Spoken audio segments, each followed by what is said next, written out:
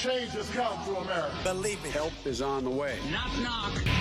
I just presided over the Women's Health Protective Act vote, and sadly, the Senate failed to stand in defense of a woman's right to make decisions about her own body.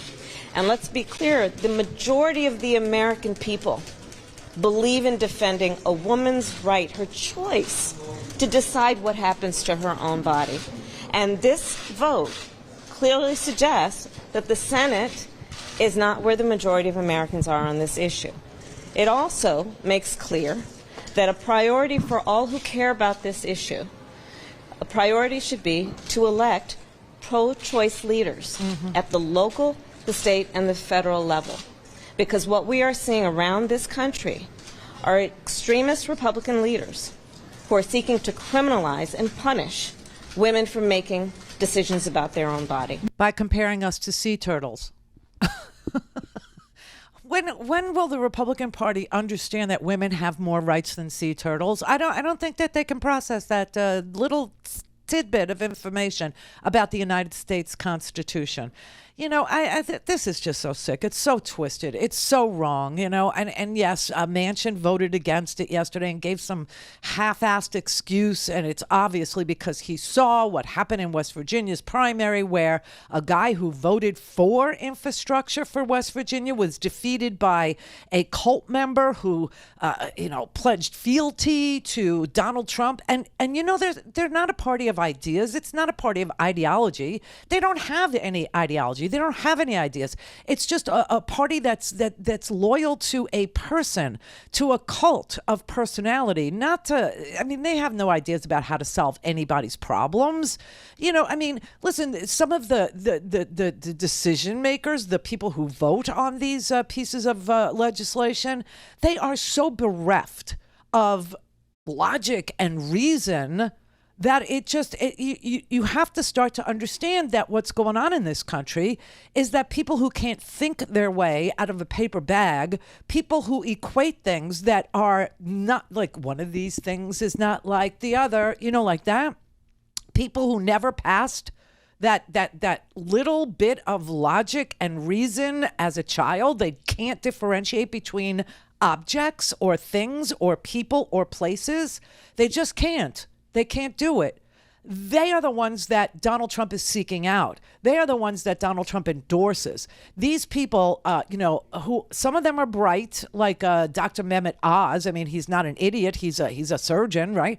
But he pledges fealty to Donald Trump when he was, prior to pledging fealty to Donald Trump, against Donald Trump. The same thing is true of a lot of these people who are running. J.D. Vance said Donald Trump was, practicing Hitler-like behavior.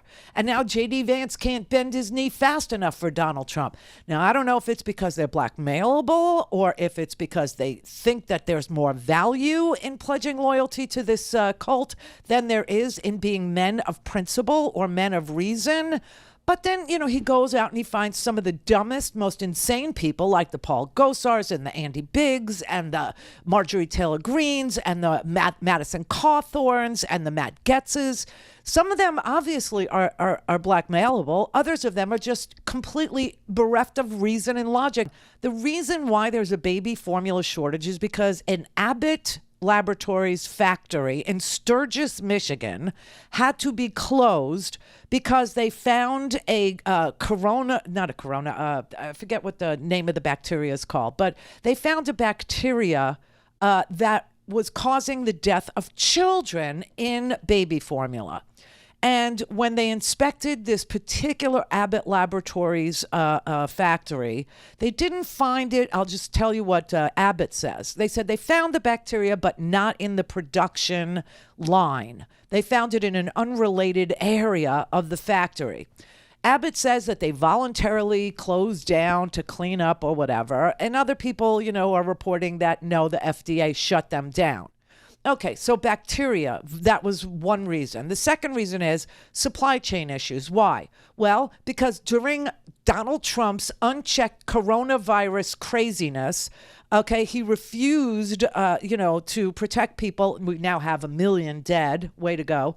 But, okay, so we had people who were very concerned about the virus, and they ran out and they emptied the shelves, as you know, of various things: toilet paper, Clorox wipes, things of that nature. And the other thing that people started hoarding was baby formula, so that when the stores opened again, or when people felt safe again to go shopping, the shelves were empty of baby formula, but the manufacturers didn't know how much baby formula to make, because we have this just-in-time manufacturing philosophy in the United States. So we had supply chain bottlenecks. We had all kinds of issues with, how much to make and how many shelves to start. Okay, so you had those two things. Then you have only 3 companies in the United States, 3, Gerber, Abbott Laboratories, and one more, that make baby formula. And then Donald Trump had a trade policy that put a 17% tax on imported baby formula, even from Canada.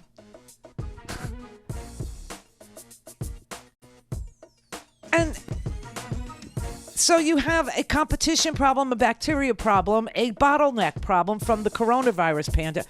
That's why is she suggesting that the government get into the business of manufacturing baby formula?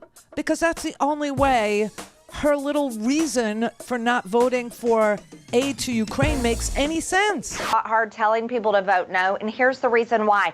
We're a failing country, Dinesh. Our border is overrun every single day with an average of 7,000 illegals coming across, and we have a baby formula crisis happening right now, where mothers are crying in grocery stores and they're desperately searching for baby formula. But yet Congress is so disconnected that they want to send $40 billion to some other country. I don't think so. This is the kind of crisis in America that we should be stopping everything we're doing right now. When babies are, we can't find baby formula for babies, we should be concerned about American babies. What? The government should get in the business of making baby formula? That's the only way her argument makes sense. I mean, what are we supposed to do now? Get lactating women, round them up and have milk bars? I don't even know what she's talking about here. But she throws all the talking points into this one little appearance there with, the border and with Ukraine and with baby formula. I mean, the baby formula, it was the Cronobacter Sakazaki bacteria found in a Michigan plant. And as a result, the FDA recalled several brands of formula. Now, the problem that we have is we only have 3 companies that make baby formula in the entire United States of America. This is the problem with inflation, too. This is the problem with gas prices. It is a cartel, okay? It is a closed society, basically. There is no competition in the oil and gas business. This is why they're so anti the oil and gas Republican Party, are so against renewable fuels, because it would compete with oil and gas. And people would choose what they wanted to power their homes with, what they wanted to power their cars with, what they wanted to power themselves with. I mean, this is so, they are just so stupid. And I don't know how Americans don't see through this ridiculous logic of theirs.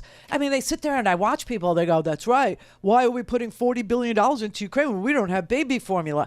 So what is the solution? Does she have a bill that says the government is now going to manufacture baby formula and she's appropriating what, $20 billion towards the government manufacture of baby formula? Or perhaps she wants to start milk bars where we round up lactating women and force them into servitude and we milk them every day so the babies can eat? I don't even know what she's talking about. She didn't say voters should support my bill to solve the baby formula crisis, because she doesn't have one.